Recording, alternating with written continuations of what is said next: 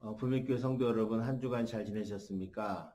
오늘은 부민수요 성경 공부 시간이 돌아왔습니다. 우리 시작하기 전에 기도하고 시작하겠습니다. 참 고마우신 사랑의 하나님, 감사합니다. 오늘도 하나님 우리에게 수요 성경 공부 시간을 허락하심을 감사합니다. 성령론에 대해서 잘 배워 하나님 영광 돌리며 성령 충만한 삶을 살아갈 수 있도록 인도하여 주시옵소서. 감사드리며 예수님 이름으로 기도합니다. 아멘. 날씨가 추워집니다. 건강 조심하시기 바라고요.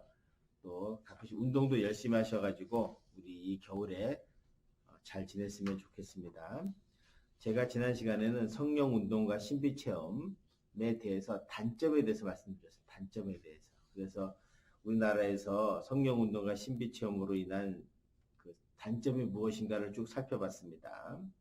오늘은 이제 반대로 성령 운동과 신비 체험의 긍정적인 요소에 대해서 우리가 함께 은혜 나누려고 합니다.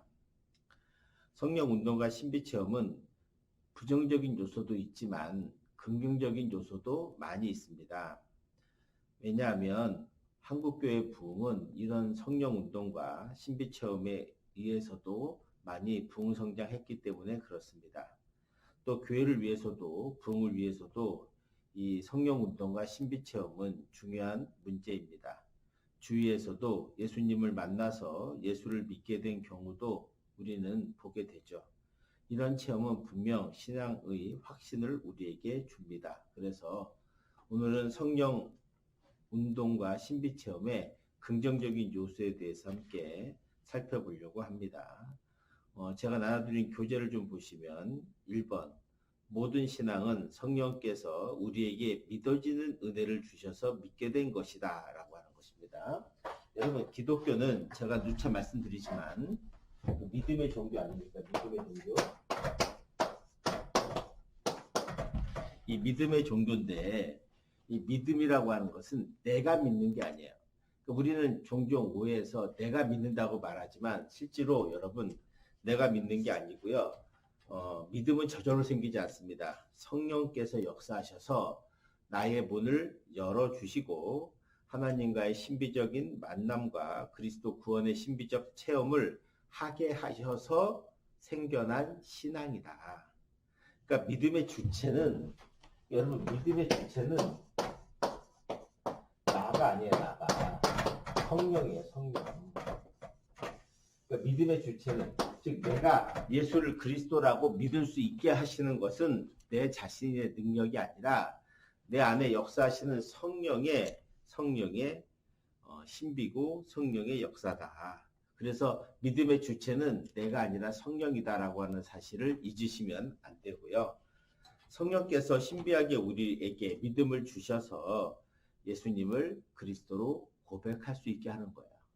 그래서 우리가 기도할 때도 하나님 내가 믿겠습니다가 아니라 나에게 믿어지는 은혜를 주시고 성령께서 역사하셔서 내가 예수를 그리스도라고 고백할 수 있도록 해달라고 기도하셔야 합니다. 그러니까 우리가 신앙생활하면서 제일 중요한 것은 신앙의 주체가 내가 아니라 성령이시고 내 삶의 주인이 예수 그리스도이시고 이렇게 고백하셔야 된다는 거예요. 우리는 인생의 주체를 자꾸 나로 생각하는데 그렇지 않다. 거기에 우리 기독교인의 깊은 그 신앙의 모습이 있다라고 하는 것이죠. 그러니까 신비체험이라는 것이 뭐 특별한 게 아니라 내가 예수를 그리스도라고 믿어질 수 있는 은혜예요. 그 자체가 신비체험이다라고 하는 것을 잊지 마시기 바랍니다. 두 번째, 성령 운동과 신비체험은 신앙의 확신을 주며 신앙을 활동적인 신앙으로 변화시킨다. 그러니까 하나님의 모든 존재의 회의는 사라지고 2000년 전에 십자가에서 죽으신 그리스도가 지금도 살아서 오늘 여기서 나를 위해 죽으셨다라고 하는 것을 체험할 수 있게 된다는 거죠. 하나님은 지금도 살아계셔서 그들의 자녀들을 도우시고 인도하며 세상을 섭리하시는 분으로 체험하게 된다. 체험. 그러니까 우리는 신앙을 체험하는 게 중요해요. 그러니까 우리가 신앙을 들어봤다라고 하는 거예요. 그러니까 성경 말씀 듣고 예수의 말씀을 복음을 듣고 하는 듣는 것도 중요하지만 진짜 신앙은 뭐예요? 체험이란 말이에요. 체험. 우리가 아무리 아름다운 땅이 있다고 해도 뭐 미국의 그랜드 캐년이 아름답고 합니다. 근데 가보지 못했잖아요. 그리고 듣기만 해요. 그림만 봐요. 멋있죠? 맞습니다. 그런데 체험한 거랑 다르잖아요. 가서 내가 직접 보면 또 다른 감동이 있습니다. 마찬가지로 예수님에 대해서 듣는 것, 예수님에 대해서 아는 것도 중요하지만 결국 우리가 신앙이 생기고 신앙에 확신을 주고 하는 것은 뭐예요? 체험이란 말이에요. 체험. 내가 만난 예수 그리스도, 바울이 다메섹 도상에서 예수님을 만나서 체험해서 주님의 음성을 들어서 예수를 믿는 것처럼 그런 체험적 신앙이 우리에게 필요한데, 성령운동과 신비체험은 바로 우리에게 그 체험을 경험하게 하고 그리고 활동적인 신앙의 삶을 살아갈 수 있게 한다라고 하는 것입니다. 그래서 중요하죠. 자, 세 번째, 성령운동과 신비체험은 사람들에게 마음의 기쁨과 평안을 줄 수 있습니다. 그러니까 하나님의 살아계심을 경험하는 것이 왜 중요하냐? 그걸 내적인 기쁨을 줘요. 기쁨. 이 기쁨은 세상에서 얻을 수 없는 기쁨인 것입니다. 그러니까 죄의 용서의 체험은 세상에서 얻을 수 없는 기쁨과 내 인생의 짐을 내려놓는 그런 은혜를 우리에게 주시는 거죠. 또한 인생의 모든 염려와 근심을 하나님께 맡기고 하나님의 도우심과 인도하심에 따라 살기로 결단할 때 마음의 불안이 사라지고 평안과 안정감을 체험할 수 있게 된다라고 하는 것이죠. 이런 체험이 전혀 없다면 살아있는 신앙이라고 할 수 없습니다. 그러니까 신앙의 체험 중에 제일 중요한 것 중에 하나는 살아있는 체험이에요.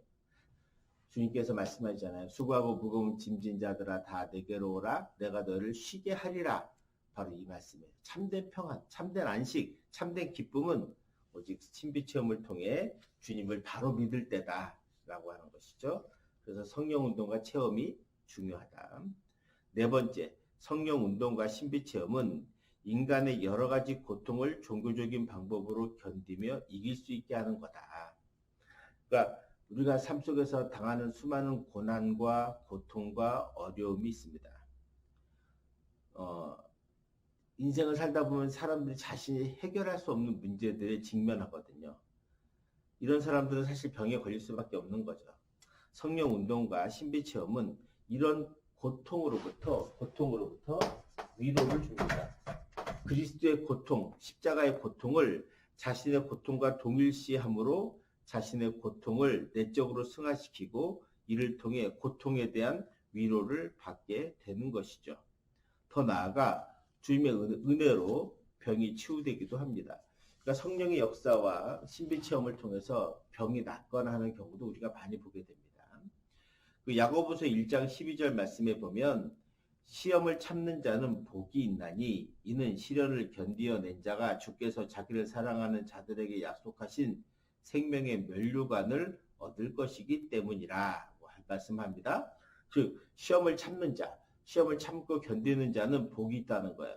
시련을 견뎌낼 수 있다는 거죠. 어떻게 견딥니까? 그것이 바로 성령의 능력과 신비체험을 통해서 우리는 고통을 이기고 주님의 십자가의 고통과 동일시하면서 내적으로 그 고통을 승화시키고 인내해서 우리가 주님 앞에 생명의 면류관을 얻을 수 있는 길을 걸어갈 수 있다라고 하는 것이죠. 이것도 성령운동과 신비체험의 특징이다. 자, 다섯 번째, 성령운동과 신비체험은 삶의 의미를 되찾아줄 수 있는 활력이 된다는 거예요. 그러니까 많은 사람들이 삶의 의미를 상실한 채 살아가고 있습니다. 물질적으로는 어려움이 없지만 무엇을 위해 살아야 하는지 삶의 의미를 모르고 살아가는 사람들이 상당수 있습니다. 사람은요, 밥만 먹고 사는 존재가 아닙니다. 사람은 살면서 반드시 내가 왜 살아야 하는가, 내 삶에 어떤 의미가 있는가, 내 인생의 궁극적인 삶의 의미는 무엇인가를 우리는 묻게 돼 있고 추구하게 되어 있습니다. 왜냐하면 인간은 단순히 그냥 동물이 아니라 하나님의 형상으로 지으신 하나님의 사람이고 또 영혼이 있는 존재이기 때문에 우리는 영원히 가라지 않아야 합니다. 그래서 우리는 끊임없이 삶의 의미에 대해서 질문하는 존재인 것이죠. 근데 현대에서 특별히 우리가 일반 교육에서 인생의 의미에 대해서 제대로 배우지 못합니다. 우리가 인생의 참된 의미를 배울 수 있는 것은 성령을 통해서 주님을 만나면 삶의 의미를 알게 됩니다. 그리고 비전을 갖게 되죠. 아, 우리가 어떤 삶을 살아야 되겠구나라는 것을 비로소 성령 운동을 통해서 알게 되는 것입니다. 비근한 예로 베드로 같은 경우에 그냥 갈릴리에서 고기 잡던 어부였습니다. 이 어부가 예수를 만난 후에 사람을 낚는 어부가 되고, 그리고 사도가 되고, 초대교회 일꾼이 되고, 그리고 많은 사람들에게 영적인 가마력을 주고, 그래서 자신의 인생에서 단지 고기 잡고 먹고 사는 이런 어부가 아니라 주님의 큰 비전과 꿈을 이루는 위대한 사도로서 삶을 살아가게 하는 것, 그것이 바로 삶의 의미를 찾은 사람들입니다. 여러분, 베드로뿐입니까? 다른 제자들도 마찬가지고 사도 바울도 마찬가지죠. 사울도 특별히 자신의 욕망을 위해 살던 사람이었지만 그가 예수님을 만난 이후에 이방인의 사도로 자신을 불렀다고 생각하고 또 고백하게 되고, 그래서 진정한 삶의 의미를 깨닫고 땅끝까지 주의 복음을 전하며 한평생 하나님의 영광을 위해 살았을 때, 우리가 지금은 그 당시에 수많은 부자들과 고관 대작들의 이름은 모르지만 우리가 사도 바울의 이름은 알고 있잖아요. 베드로의 이름은 알고 있잖아요. 그의 삶이 어떠했는지 우리는 알고 있습니다. 바로 그것입니다. 그러니까 예수를 통해서, 성령을 통해 예수님을 만난 사람은 삶의 의미를 발견하게 되고, 그래서 이제 자신의 삶이 아니라 하나님의 영광을 위한 삶을 살기로 결단하게 됩니다.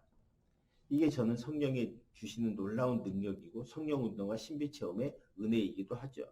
그러니까 삶의 목표가 생기고, 그리고 정신적으로 경지가 높아지고, 그리고 삶의 의지도 높아지고, 비전도 세워지게 된다. 그런 의미에서 성령운동과 신비체험은 삶의 의미를 되찾아준다고 말할 수 있습니다.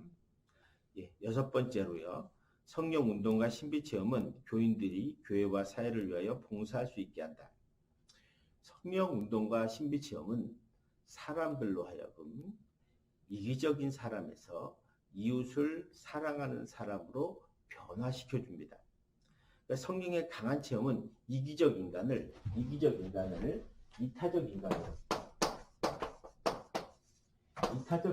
만들어주는 거죠. 그러니까 이타적 인간이라는 것이 뭡니까? 다른 사람을 배려하고 자신의 삶의 의미를 찾는 사람이 이웃을 사랑하고 다른 사람과의 좋은 관계 속에서 살아야 한다는 걸 배우게 되고, 교회를 통해서 봉사와 섬김의 삶을 살아가게 한다. 왜 우리가 봉사와 섬김의 삶이 중요한가? 봉사와 섬김의 삶은 내 힘과 내 능력으로 하려고 하면 피곤하고 힘듭니다. 다른 사람의 눈치 때문에, 아니면 자리 때문에, 아니면 남들도 하니까 하면 우리는 안 돼요.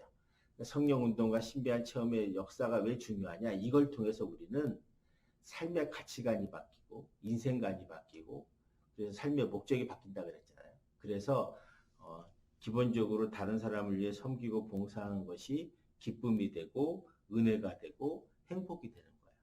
이것이 바로 성령 체험을 한 사람의 하나님이 주시는 귀한 선물이기도 하다라고 하는 것을 기억하셔야 합니다. 자, 일곱 번째, 성령운동과 신비체험은 교회를 활성화시키고 확대할 수 있다. 교인들이 성령의 능력을 경험하면 헌신적인 신앙인이 됩니다. 그래서 교회의 모든 활동에 적극적으로 참여하게 되고요. 사도 바울처럼 복음을 전하게 하고 담대하게 신앙생활을 할 수 있게 합니다. 초대교회 사도와 성도들이 성령 충만받아 복음을 전하고 교회를 부흥시킨 일을 우리는 봐야 합니다.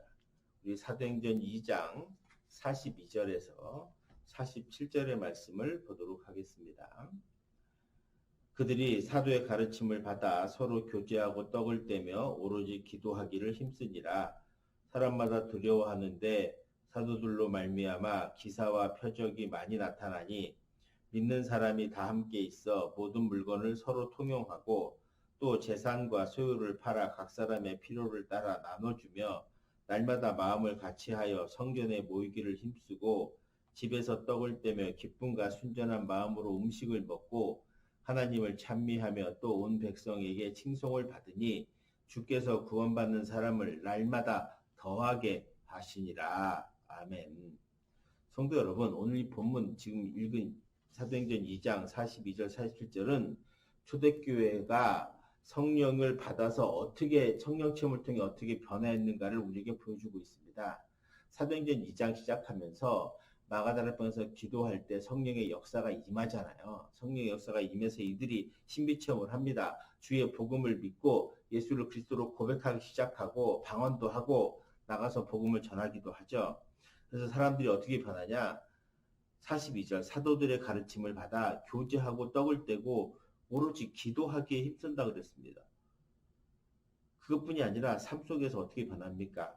믿는 사람들이 다 44절입니다. 함께 있어 모든 물건을 서로 통용하고 재산과 소유를 팔아 각 사람 필요에 따라 나눠주고 날마다 마음을 같이하여 성전에 모이기 힘쓰고 집에서 떡을 떼고 기쁨과 순전한 마음으로 음식을 먹고 하나님을 찬미하고 온 백성에게 칭송을 받게 되니 날마다 구원받는 자를 더하게 하시다. 이게 초대교회 부흥의 비결입니다. 그러니까 성도들이 성령 충만 받고 성령의 은혜 가운데 뜨거워지고 함께 모여 기도하고 사랑을 나누고 섬기고 봉사하고 구제하고 하다 보니 초대교회가 소문이 나고 그래서 하나님께서 역사하셔서 날마다 저 교회 한번 가보자 그런 사람들이 많아져 가지고 교회가 부흥하게 되었다라고 하는 사실입니다. 교회 부흥은 바로 이것입니다. 그래서 우리가 먼저 성령 안에서 하나 되고 성령의 능력으로 새로워져야 하고 우리가 성령 운동과 신비 체험을 통해서 놀라운 은혜를 경험해야 합니다. 제가 지난 시간에 부정적인 면을 말했지만 이렇게 오늘 본문에 보면 긍정적인 면도 많아요.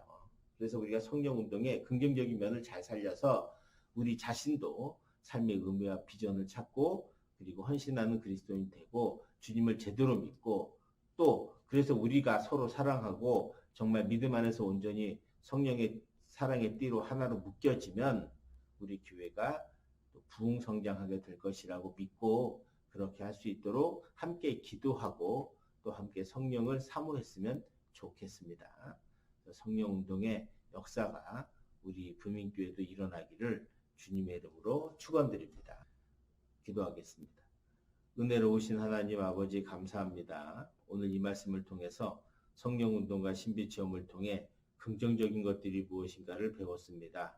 하나님 오늘 이 배운 것 기억하게 하셔서 우리 성도들 모두가 성령의 능력 받고 신비 체험을 해서 예수를 그리스도로 믿어지는 역사가 있게 하시고 주의 말씀에 순종하고 하나님 영광 돌리며 삶의 비전을 찾으며 주의 복음을 전하며 사랑을 전하며 그래서 교회 부흥의 한몫을 담당하는 그런 일꾼들 다 될 수 있도록 성령께서 인도하여 주시고 마가다락방에 임했던 성령의 역사가 오늘 우리 부민교회에도 임하여 주셔서 우리 교회가 새로워지고 날마다 부흥 성장할 수 있도록 은혜 내리워 주시옵소서. 감사드리며 예수님 이름으로 기도합니다. 아멘. 예, 수고하셨습니다. 다음 주에 뵙겠습니다. 감사합니다.